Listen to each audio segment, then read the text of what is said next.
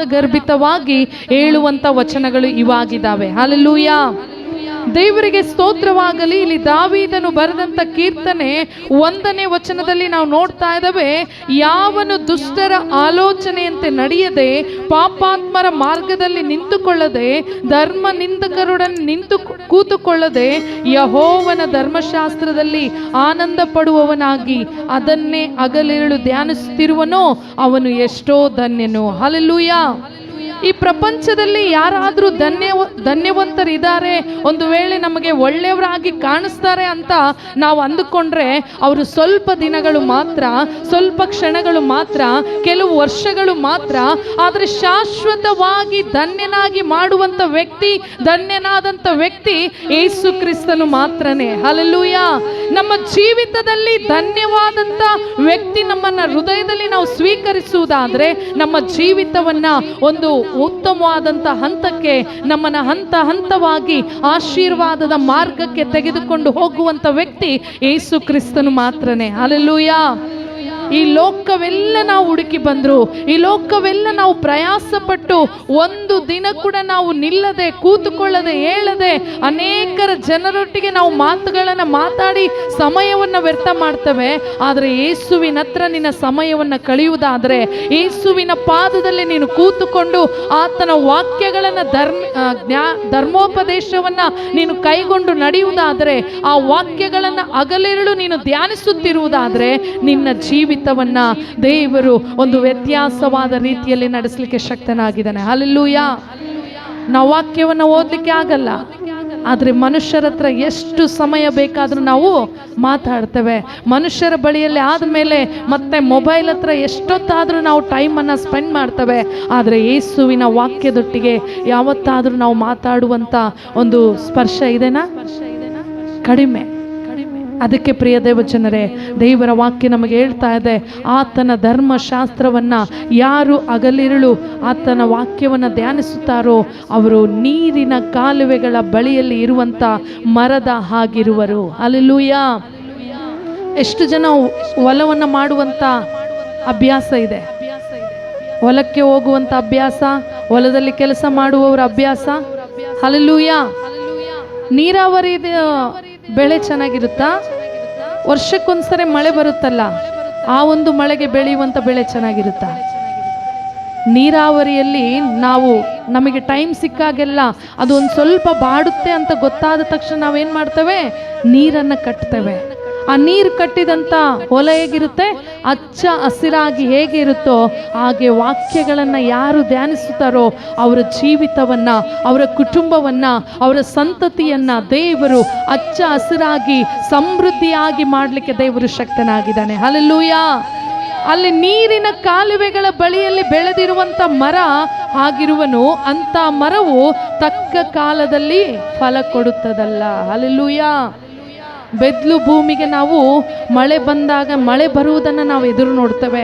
ಆದರೆ ನೀರಾವರಿಯ ಹೊಲದಲ್ಲಿ ಯಾವಾಗಲೂ ನಮ್ಮ ಕೈಯಲ್ಲಿರುತ್ತಲ್ಲ, ನಾವು ಯಾವ ರೀತಿಯಾಗಿ ಬೇಕಾದರೂ ಕೂಡ ಬೆಳೆಯನ್ನು ಬೇಗ ಬರಲಿಕ್ಕೆ ನಾವು ದಾರಿಯನ್ನು ಮಾಡಿಕೊಡ್ಬೋದು.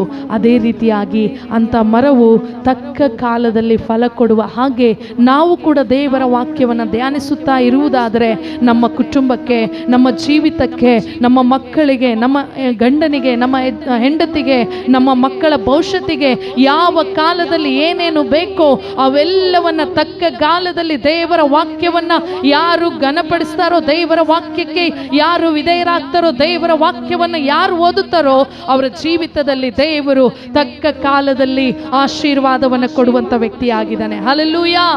ಆ ದಾವೀದನು ಕೂಡ ಅಷ್ಟೇ, ಅಡವಿಯಲ್ಲಿದ್ದಾಗ ದೇವರಿಗೆ ತನ್ನ ಹೃದಯ ಪೂರ್ವಕವಾದಂಥ ಪ್ರಾರ್ಥನೆಯನ್ನು ಮಾಡಿದಾಗ ದೇವರು ಆಶೀರ್ವಾದವನ್ನು ಕೊಟ್ಟ. ಈ ದಿನ ನೀನು ಯಾವ ಪರಿಸ್ಥಿತಿಯಲ್ಲಿದೆಯೋ ಆ ಪರಿಸ್ಥಿತಿಯಲ್ಲಿ ನೀನು ದೇವರ ವಾಕ್ಯಗಳನ್ನು ಓದಲಿಕ್ಕೆ ಬರಲಿದ್ರೂ ಪರವಾಗಿಲ್ಲ, ನಿಮ್ಮ ಮಕ್ಕಳ ಹತ್ರ ಒಂದು ದಿನಕ್ಕೆ ಒಂದು ವಚನವಾದರೂ ನೀವು ಓದಿಸಿಕೊಳ್ಳುವುದಾದರೆ, ಅದನ್ನು ಕೇಳಿಸಿಕೊಳ್ಳುವುದಾದರೆ ತಕ್ಕ ಕಾಲದಲ್ಲಿ ಫಲವನ್ನು ಕೊಡುವಂತೆ, ತಕ್ಕ ಕಾಲದಲ್ಲಿ ನಿಮಗೆ ಆಶೀರ್ವಾದವನ್ನು ಕೊಡ್ತಾನೆ. ಹಲ್ಲೆಲೂಯಾ. ಅಲ್ಲಿ ಕೆಳಗಿನ ವಚನದಲ್ಲಿ ನಾವು ನೋಡ್ತಾ ಇದ್ದೇವೆ, ದುಷ್ಟರು ಆಗಲ್ಲ, ಗಾಳಿ ಬಡ್ಕೊಂಡು ಹೋಗುವ ಒಟ್ಟಿನಂತಿದ್ದಾರೆ. ಆದುದರಿಂದ ದುಷ್ಟರು ನ್ಯಾಯ ವಿಚಾರಣೆಯಲ್ಲಿಯೂ ಪಾಪಾತ್ಮರು ನೀತಿವಂತರ ಸಭೆಯಲ್ಲೂ ನಿಲ್ಲುವುದಿಲ್ಲ. ಹಲ್ಲೆಲೂಯಾ. ಪಾಪಾತ್ಮರು ನೀತಿವಂತರ ಸಭೆಯಲ್ಲಿ ನಿಲ್ಲಲಿಕ್ಕೆ ಇಷ್ಟ ಆಗಲ್ಲ ಅವರಿಗೆ. ದಯಮಾಡಿ ಈ ದಿನ ನಾವು ಅನ್ಯಾಯದಿಂದ ಜೀವಿಸ್ತಾ ಇದ್ದೇವಾ, ನ್ಯಾಯವಾಗಿ ಜೀವಿಸ್ತಾ ಇದ್ದೇವಾ? ಮನುಷ್ಯರು ನಮಗೆ ನಾವು ಲಂಚವನ್ನು ಕೊಟ್ಟಂಗೆಲ್ಲ ನಮ್ಮನ್ನು ಹೊಗಳ್ತಾರೆ, ಆದರೆ ಯೇಸು ನಮ್ಮ ಹೃದಯದಲ್ಲಿದ್ದುಕೊಂಡು ನಾವು ಮಾಡುವುದು ಒಳ್ಳೆಯದ ಕೆಟ್ಟದ ಆತನು ನ್ಯಾಯ ವಿಚಾರಣೆ ಮಾಡುವಂಥ ವ್ಯಕ್ತಿಯಾಗಿದ್ದಾನೆ. ಹಲ್ಲೆಲೂಯಾ.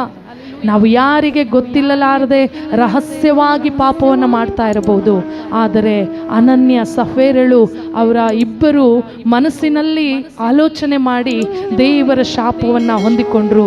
ಗೆಹಜಿ ಕೂಡ ಅಷ್ಟೇ, ತನ್ನ ದಾಸನಿಗೆ ಗೊತ್ತಾದರೆ ದೇವರ ಬಳಿಯಲ್ಲಿ ನಾನು ದಾಸರ ಬಳಿಯಲ್ಲಿ ಬಯಸ್ಕೊಂತೇನೆ ಅಂತೇಳಿ ಗೆಹಜಿ ಏನು ಮಾಡ್ದ? ಅವನು ರಹಸ್ಯವಾಗಿ ತಪ್ಪನ್ನು ಮಾಡ್ದ. ಆತನಿಗೆ ಸಮಸ್ಯೆ ಉದ್ಭವ ಆಯಿತು. ಈ ದಿನ ಅನನ್ಯ ಸಫೇರಳು ಕೂಡ ಅಷ್ಟೇ, ಅವರು ದೇವರಿಗೆ ಒಂದನ್ನು ಹೇಳಿದರು, ಅವರ ಮನಸ್ಸಿನಲ್ಲಿ ಇನ್ನೊಂದು ಆಲೋಚನೆ ಮಾಡಿದರು. ಅದಕ್ಕೆ ದೇವ ಸೇವಕರ ಮುಂದೆ ಬರುವಾಗ ದೇವರ ಸಭೆಯಲ್ಲೇ ನಾಲಿಗೆ ಕಡ್ಕೊಂಡು ಸತ್ತು ಹೋದರು. ಆ ದಿನ ಹಾಗೆ ನಾವು ಸಾಯುವಂಥ ಪರಿಸ್ಥಿತಿಯಲ್ಲಿ ಹೋಗುವುದು ಬೇಡ. ಸತ್ತಂಥವರನ್ನು ದೇವರು ಎಬ್ಬಿಸಿದನಲ್ಲ, ದುಷ್ಟರ ಹಾಗೆ ನಾವು ಆಲೋಚನೆ ಮಾಡುವುದು ಬೇಡ. ಪಾಪಾತ್ಮರ ಹಾಗೆ ನಾವು ತೀರ್ಮಾನಗಳನ್ನು ತೆಗೆದುಕೊಳ್ಳುವುದು ಬೇಡ.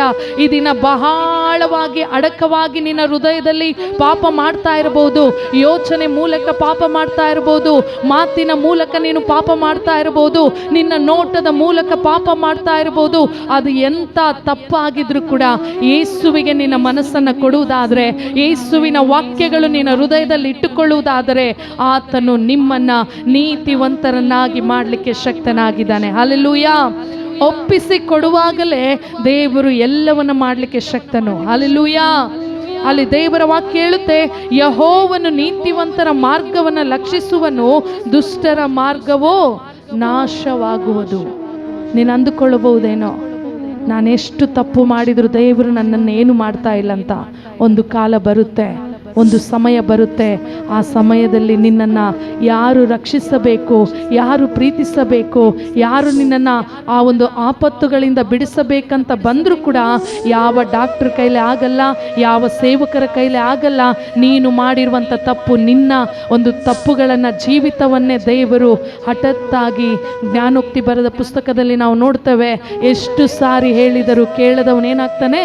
ದಡಮ್ಮನೆ ಮುರಿದು ಹೋಗುತ್ತಾನಂದರೆ ನಾವು ಅಂದುಕೊಳ್ಬೇಕು, ನಮ್ಮ ಜೀವಿತ ಅಲ್ಲಿಗೆ ಸಮಾಪ್ತಿಯಾಗುತ್ತೆ.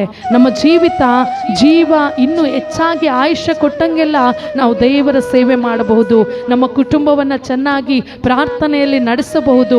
ಹಾಗೆ ಜೀವಿತ ಇಲ್ಲಂದರೆ ನಮ್ಮಿಂದ ಇನ್ನೊಂದು ಕೆಟ್ಟ ಒಂದು ಮಾತುಗಳು ಪ್ರಚಾರವಾಗುತ್ತವೆ ಹೊರತು ಒಳ್ಳೆಯ ಮಾತುಗಳು ಪ್ರಚಾರವಾಗಬೇಕಂದ್ರೆ ದೇವರ ವಾಕ್ಯವನ್ನು ನೀನು ಕೈಗೊಂಡು ನಡೆಯುವುದಾದರೆ ದುಷ್ಟರ ಹಾಗೆ ಅಲ್ಲ, ಪಾಪಾತ್ಮರ ಹಾಗೆ ಅಲ್ಲ, ನೀತಿವಂತರ ಹಾಗೆ ನಿಮ್ಮನ್ನು ಅಭಿವೃದ್ಧಿ ಪಡಿಸಲಿಕ್ಕೆ ದೇವರು ಶಕ್ತನಾಗಿದ್ದಾನೆ. ಹಲ್ಲೆಲೂಯಾ.